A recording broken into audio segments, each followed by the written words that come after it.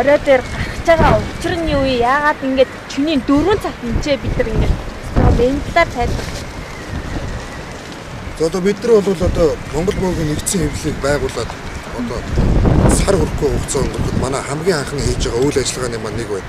Энэ бол бид нар ноён уулаа аврыг тийм ээ.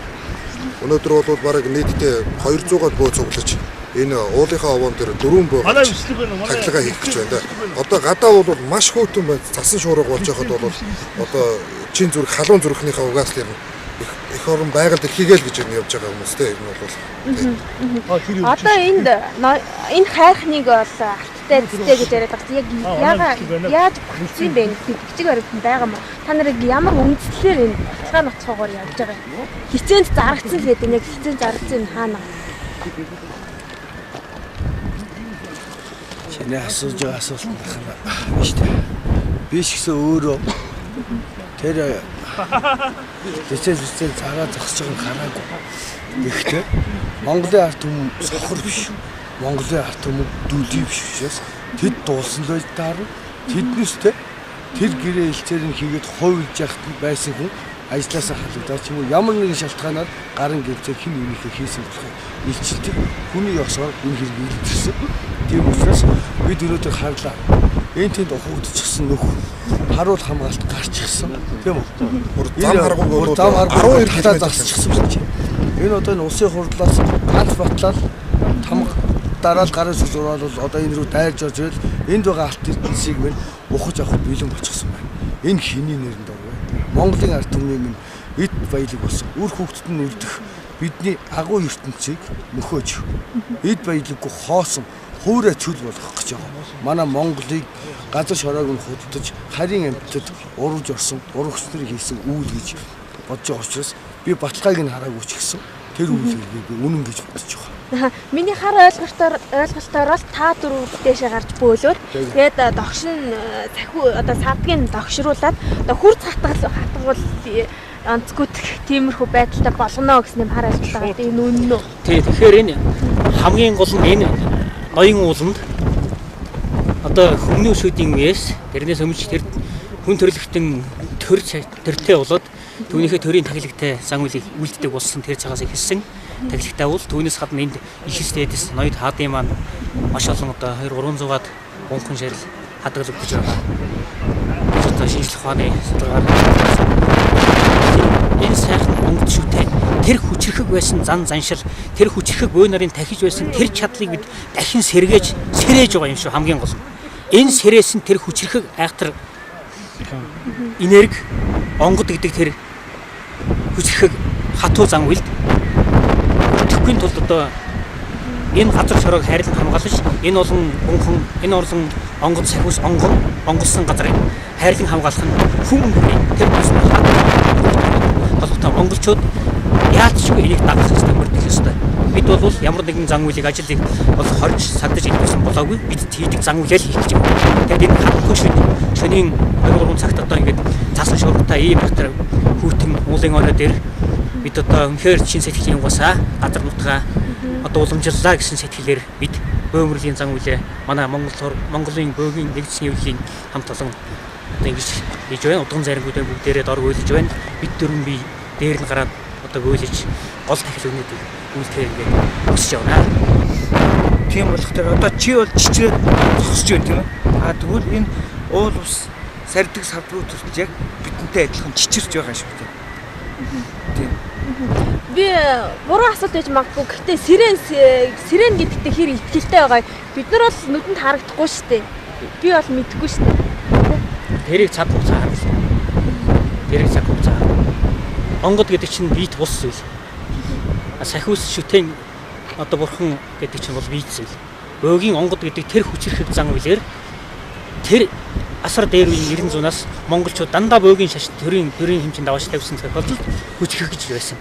Энэ утгаараа тэр далдын одоо дайсны мэдээллийг авч чаддаг нэг үгээр бол одоо гар утасны мессеж гэсэн үг. Энэ гар утсаар яриад тойрон аваад гэдэг чинь бөөгийн онгодны тэр явдаг зам шинжлэх ухаанчаад нэвтэрсэн байх гэсэн үг. За баярлалаа амжилт.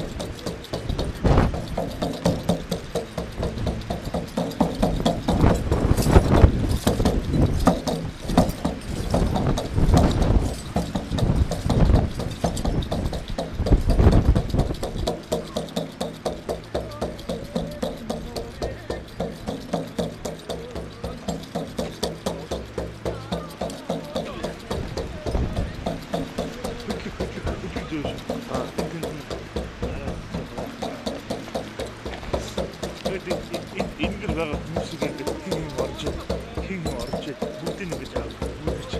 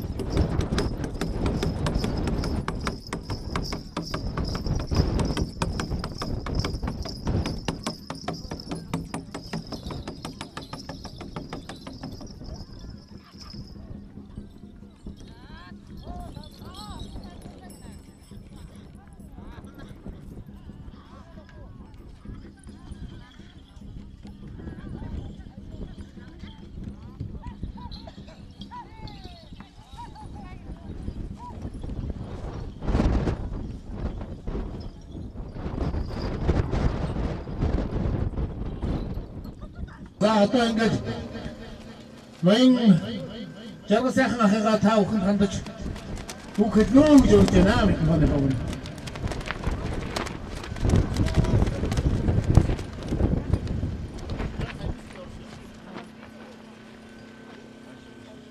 төрөөрөө яасан болохоор өнөөдөр тахилгын хаан одоо дүнгийн цаад болчихсон тэгээд энэ урлагийн хаан хэмжээг үзүүлж бодож байна. Тэгэхээр манай хамт олон нэгдэлтэй цуглаж чаддгиймаа бас хийж чаддгиймаа гэдгийг бид өнгөрсөн шөнө өнөөдөр өглөөний үйл ажиллагаа яриутад харуулсан гэж бодож байна. Энэ бол манай ажлын эхлэл. Бидний өшөө 1000 ажил хүлээж байгаа.